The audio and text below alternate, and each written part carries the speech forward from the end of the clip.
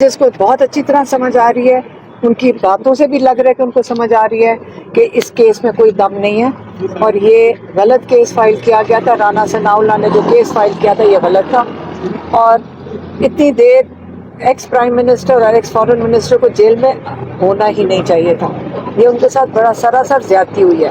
تو ایک کیس تو جانا چاہیے، توشہ خانہ سسپینڈ ہو چکا ہے، اب یہ والا بھی جانا چاہیے اور اس کو جلدی ہونا چاہیے تھا. لیکن میرے خیال میں انہوں نے سوچا کہ عید تک ان کو جیل سے نہیں نکلنا چاہیے، مہمان رکھنا ہے بس.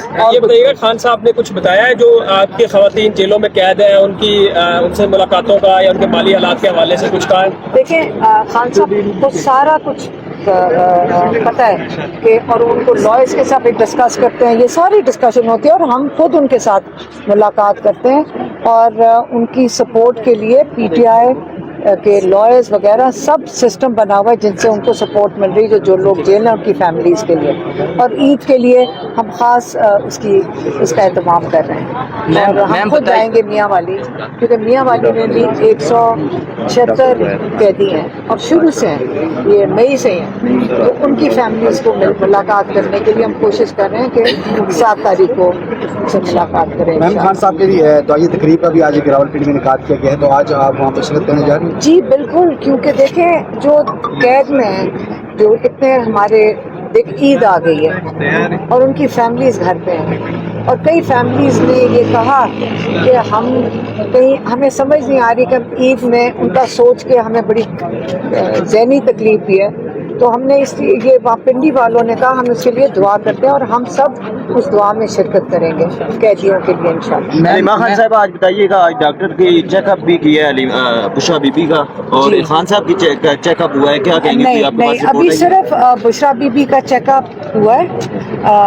ڈاکٹر عاصم گئے تھے ٹیمز کی ٹیم کے ساتھ اور انہوں نے میرے خیال میں، کیونکہ میں ڈاکٹر نہیں ہوں تو انہوں نے کیا ہوتا ہے انڈوسکوپی ریکمینڈ کیا، کیونکہ انہوں نے کہا تھا جلن ہے تو انہوں نے انڈوسکوپی ریکمینڈ کیا.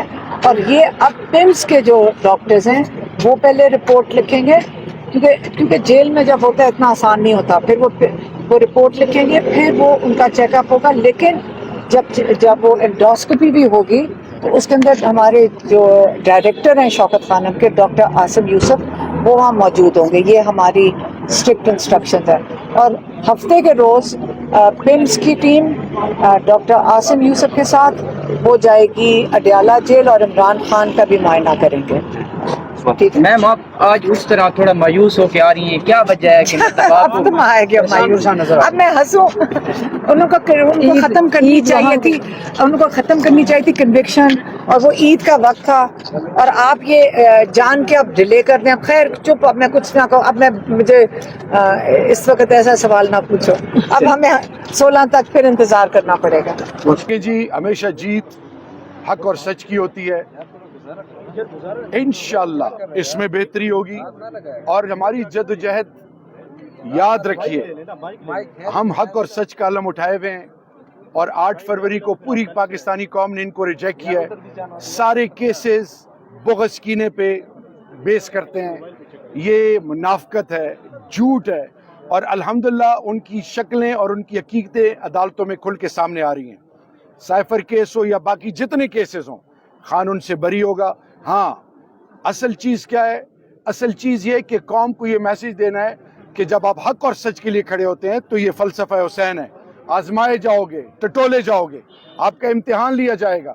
سرخرو وہ ہوتے ہیں جو جگہ پہ کھڑے رہتے ہیں. اور اس کی بہترین مثال آج امت کے لیے، پاکستان کے لیے عمران خان ہے.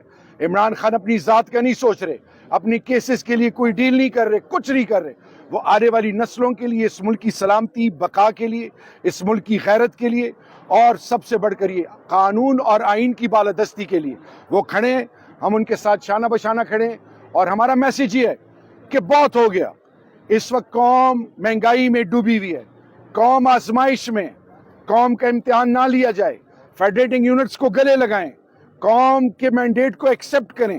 یہ ریجیکٹڈ لاٹ بار بار آزمانے کے بعد پاکستان پہ جو مسلط کیا گیا ہے، یہ پاکستان کی بنیادوں کو کھوکھلا کرنے کے لیے. اور ہم سب نے حلف لیا ہوا ہے، پہلے بطور مسلمان،